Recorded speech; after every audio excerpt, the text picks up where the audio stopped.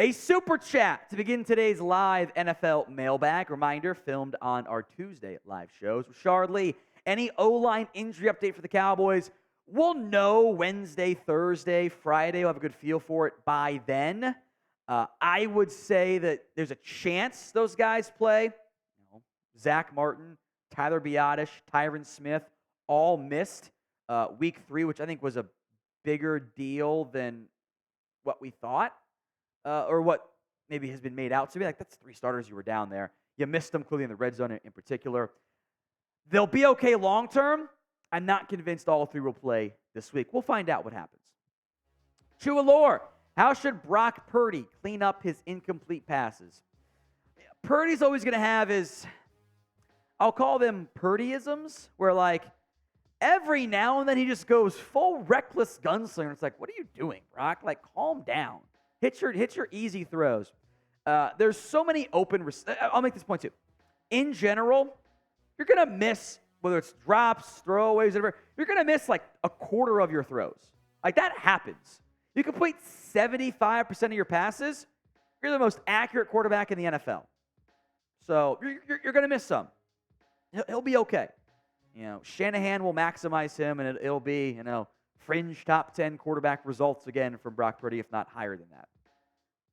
A super chat from Lucky King. Everyone spam Lucky King and Rashard Lee in the comments for their supers. Will the Raiders trade Hunter Renfrow? I think they should. They're really not using him, which is kind of wild that Renfrow went from a 1,000-yard receiver before McDaniels came in to afterthought. It's just like, I just don't get it. Like, I get you. You add Adams, you add Myers, and both those guys do well in the slot. So, but you also paid Renfrow. Like, it just doesn't make any sense to me. It's all very confusing what this Raiders organization does. I would trade him. Buffalo? I think Josh Allen could use a Hunter Renfrow. It's like, remember Allen doesn't want to bring back Cole Beasley, so they did. It's like Cole Beasley upgrade button a few times relative to what the Bills had with what Renfrow I think should still be. Give that easy slot option. Like, they should trade him. He's wasting away as a good player. Makes no sense. Patrick 456. How about Kyler Murray trade to the Jets? Creative. It's technically doable from a contract perspective for the Jets. It's really rough from Arizona. You're getting a bunch of dead money, but you're going to have to there. I think an off-season trade might make more sense timing-wise. Like, Arizona might be winning enough games to not be in the obvious Caleb Williams tank spot come week 7 or 8. So I don't hate it. I also don't know if the Jets want to commit to the next year's salary that they owe. It's fine this year. Next year, it's like, hey, do you want him? Like, can you trade him at that point? Because, like, you can't have Rodgers and Murray if Rodgers is going to be back. It makes it very tough. Short term, it's fine. Long term, it's complicated. So is Kyler Murray the future in Arizona still? It's today's pinned comment, so go vote. Y for yes, N for no. If the ad comes here on YouTube, take advantage of it. Head down there and let me know. Mike G. If the Bears lose to the Broncos, is Matt Eberflus done? It's Bears-Broncos and then a tight turnaround against the Commanders on Thursday night. I would be very surprised if the Bears fired Eberflus heading into a Thursday night football game. Remember, you're already down your defensive coordinator.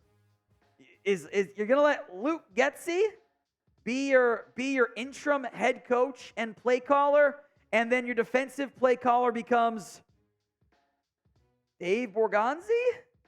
I'm looking at the staff right now.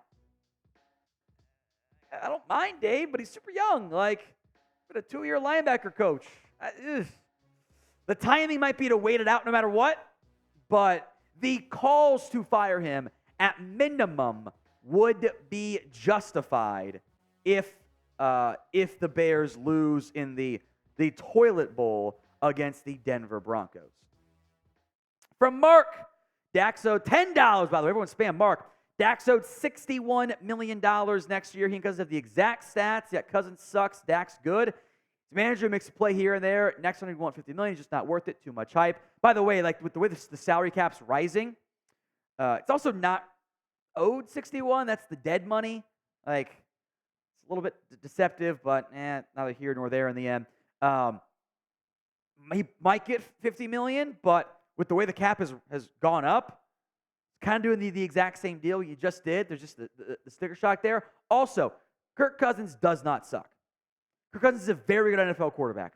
And you could ask the two teams that could have had him before the Vikings got him, the Jets and the Commanders, if they could have a do-over, would they find a way to get him?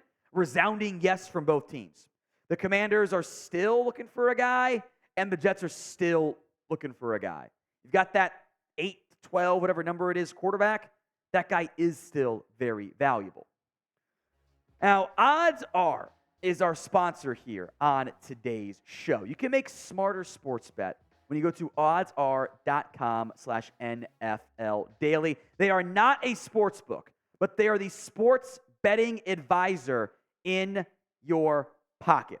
Download the app, sign up today, and let the latest data analysis guide you through today's point spreads, money lines, and/or over-unders. If you see green on the app, that is a smart bet.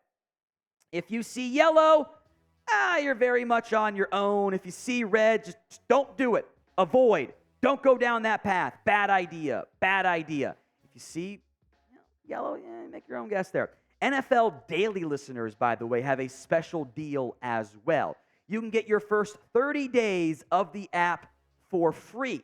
Just go to oddsr.com/NFL daily to download the app. That's oddsr.com/NFL daily. Lots of routes you guys can go with the green bets. Tends to lead to pretty good results. In fact, we have a super chat from our Cowboys show recently on that exact sponsor. Kevin the Destroyer, the debacle in the desert, says the Odds Are sponsor is amazing. He went like 20-4 on football picks over the weekend. That is incredible. Now, the exact numbers, I'm guessing Kevin didn't take all the same green line values there, is that Odds Are was 20-7 this past week in the NFL and in college football on their green line bets. That is not, it's not just amazing. That is an unbelievable return on your investment. So get 30 days for free and make some money betting on sports. Download oddsr.com today at oddsr.com/NFL daily. Get the app and get yourself 30 days free. GM Evan Hinders says, I think Minnesota will pull Jordan Love and draft Spencer Rattler in the second round. They trade for Trubisky from Pittsburgh and give Rattler the keys the following season. I would rather spend a first-round pick on somebody. Rattler's been better this year at South Carolina, but I don't love him. And I would also make this point. To put this in perspective, by the way, this is kind of hilarious to think about here. Jordan Love, entering this season, 24 years old. Spencer Rattler turns 23 on Thursday.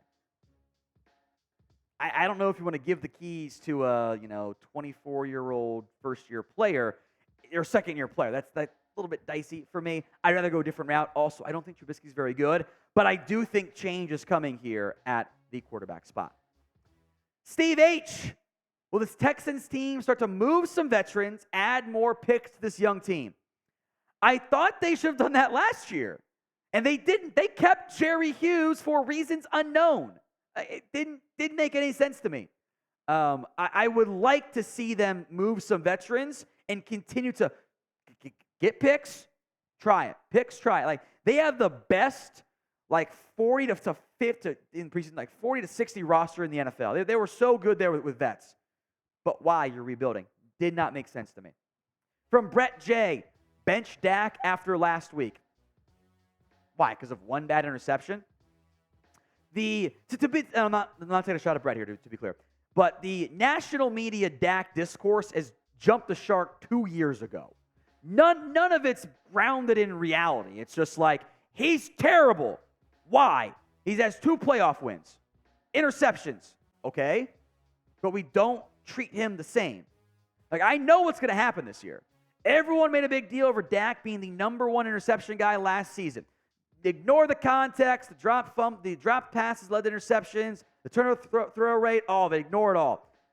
And you will not be able to say who was the interception leader this year. Who led the NFL in interceptions the year before Dak did, or the year before that? It's just like when Trevon Diggs led the NFL in yards allowed one year.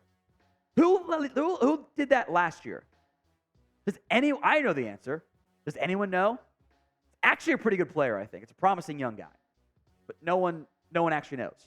Like, you've got this quarterback ranked somewhere 8 to 12 in that general range, but he's, unlike most quarterbacks, he's held to this, like, top 3 standard. You don't have Mahomes. He's not Mahomes. We all know that. He's not that caliber of player. That's okay. Doesn't mean you have a bad quarterback on your hands. There's about a 20-ish teams be like, we would love to have him, please, thank you. Like, I remember there were people like, trade Dak, get a top 3 pick so you can draft Zach Wilson, draft Trey Lance, who, funny enough, is now on the Cowboys, draft Justin Fields. Didn't work out very well. So rank Dak among, and of course, I have a theory that if you make people rank it, it lands somewhere in the 8 to 12 range, give or take, for the most part. There's always exceptions, right? And, like, that guy is really good. Like, that's the guy you want on your team. And unless you can get Mahomes, if you had a path to getting Caleb Williams that was realistic, well, we could have that conversation. No, you don't. So enjoy your guy. And this goes for Hurts. This borderline goes for Cousins. This goes for Tua, who was also subject to some weird criticism last year. Like, it's all the same. Differing ranks, it's fine. You have top 10 quarterback. Enjoy it. Richard Iacocco, the Bears' #1 fan. I'm sorry. It's been a rough start, Richard. What do you think the Bears should do with Fields? Keep playing him. The Bears are in kind of a unique spot. They have 2 potential top 5 picks. So play him. See what happens. Give him the entire season. You're not going to bench him. Can he show growth? Can he be better? Can Luke Getsy get some stuff figured out? Because I think it's Getsy and Fields should be tied at the hip. Getsy can't make it work. He has to go as well. And you bring in a new offensive mind at head coach. You give the keys of the franchise to Mike Kafka. And you say, Mike, here's Caleb Williams. Here's Drake May. Or Getsy, Fields. You guys figured it out. Great job. Let him play for the season and see what happens. Derek, thoughts on this fantasy trade? Send Raheem Mostert and Calvin Ridley for Jahmyr Gibbs and Jalen Waddle. 10-team, 0.5 PPR. I don't hate it. It kind of feels like even-ish. You're selling high on Mostert. You know what? Do it. Do it. Gibbs is going to stay involved as the year goes on.